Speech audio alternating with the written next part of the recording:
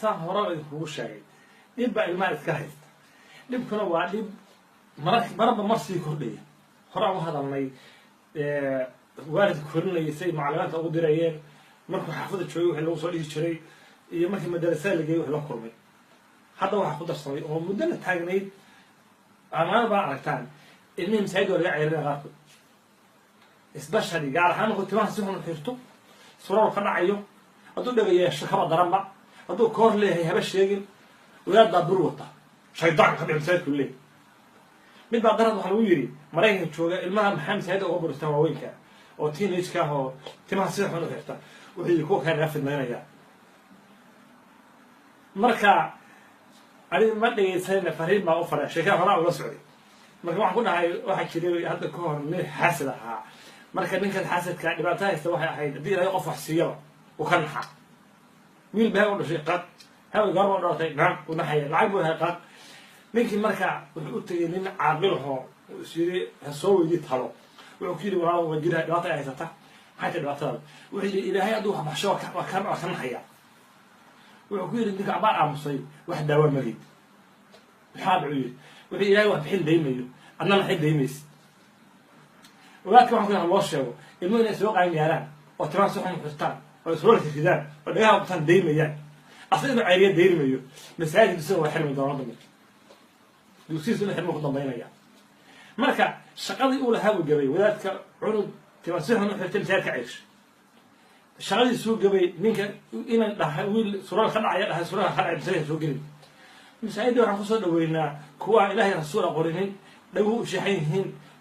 taatu ku xardan yahay baan soo dhaweynaa dhanaa kaalaya soo muslima diinta jeclaada muslim baan nahay mid muslima hortii abihii muslim ku dhaleen oo diinta ku dhashay oo wax yar ka khaldan yihiin masaajid ka cayriyo ujeedadii loo dhisaa baa lagu tuntabaa masaajid maan lacagta oo aruureynay ilmaha kusoo dhaweynayna oo ku dhaqan celinayna qoraan ku barayna baa dadka udoo dalnay hadda harna masaajida fiirsha hal xaba ma fadhiyo mid teenage-ka mid afka lagula dagaalamo iyo mid indhaha loo gaduudsay iyo mid xusuux xun loola hadlay noqdeen kulligood inta wixii daraa intaa masaajid maa tagtid war kulli habla soo wada fiirinaya buu yidhi kaan soo gala masaajid marka waa run waa la soo wada fiirinayaa mararka qaarkood waxaa leeyahay soo labisan tahay war timihiisa iyo kabihiisa iyo sida faraha ka qaadeen isku day inaad soo dhawaatid maasha allah masaajidka maanta tim ilaahu barakay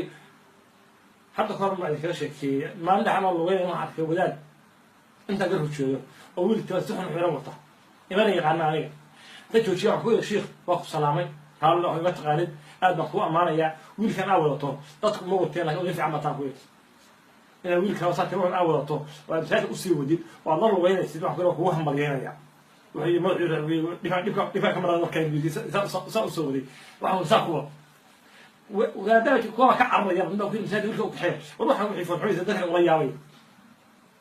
war haddaadan farxada ka dhiginin oo aadan masaajidka geenin oo soo baranin oo aadan suraalka toosa dhihinin oo wadaha ku khasbin asa tabcadda keeni doonta laakiin aniga message wuxuu ku jeedaa wadaadaha masaajida jooga iyo nimanka madaarisooyinka haysta iyo macallimiinta cunuga timaha inu si xun u xirto waa wuxuu soo maro waxaan dhahanaa wadaadahanaga badankanagu dhalinyaraa soo marray shananaa la geli jiray dusiyaa laga carari jiray macalin laga dhuman jiray wixii aan soo marnay ilmuhuna rabaan tima xirashaduna gaalnimo maahan dambigooda kabaa'irana ma aha tima si xun qof inu xirto wax fiican maaha laakiin gaarsii adiga wuxuu sheekee saan maahan de wax tiraa nagastaan marka dambeeto kulligood wallahi da alla shirta kuleeyahay shiikh mar dambeeto waa hagaajisanaya waa ilaahay maasha allah khayr allah ku siiyo hadda soo xiriyo iga soo jartimaha iyo hadda ilmada ka baxay shaydaan iyo waxaas joojiyay waxaad tirahdaa saan waa laga fiican yahay nagastaan ka xiranaysa insha allah marka ku xigta xoogaa soo sinsin hayeen ku leeyahay hadduu si usoo xirta haddana ugu celi waxaad tirahdaa nagastaan insha allah haa soo hagaaji oo suruux oo kor u qaado adiga dabeecadda aan ku soconnaa waxay la tahayba dabeecad dagaal iyo qajac iyo cunf ku jiro inaan taas ku jirna ilma hayna sidaa daraaddeed waalidiin fara badanna lama socdaan waxa meesha ka soconaya waxaa kullood waxay arkeen wadaad garlaho qamiis soo socda wadaadkaan wuxuu soo maray moodariga dhadhac waxaa la geelo tiisa soo maray qacacda iyo gabgabta kulli waa soo marnay sidaa daraaddeed aan ilmaha u naxariisano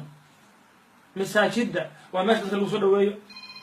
waa meesha ummadda loogu naxariisto ama diinta lagu baro laakiin haday noqoto meel dadka laga cayrsho maanta ilmihi quraanka dhameeyay dib aan u hadli doonaa insha Allah mawduuc ku xidhi doonaa galabta qaban doonaa insha Allah ilmihi quraanka dhameeyay shaqana looma hayo meel ay ku nastaan ma haystaan quraanka ma tabeeh baras gareeyaan ma hayaan damiga askari damigaas waxa yeelan doona cid kastaale oo mas'uuliyad maanta haysa cid kastaale oo masaajid joogta macallimiinta quraanka dhigayay waalidkii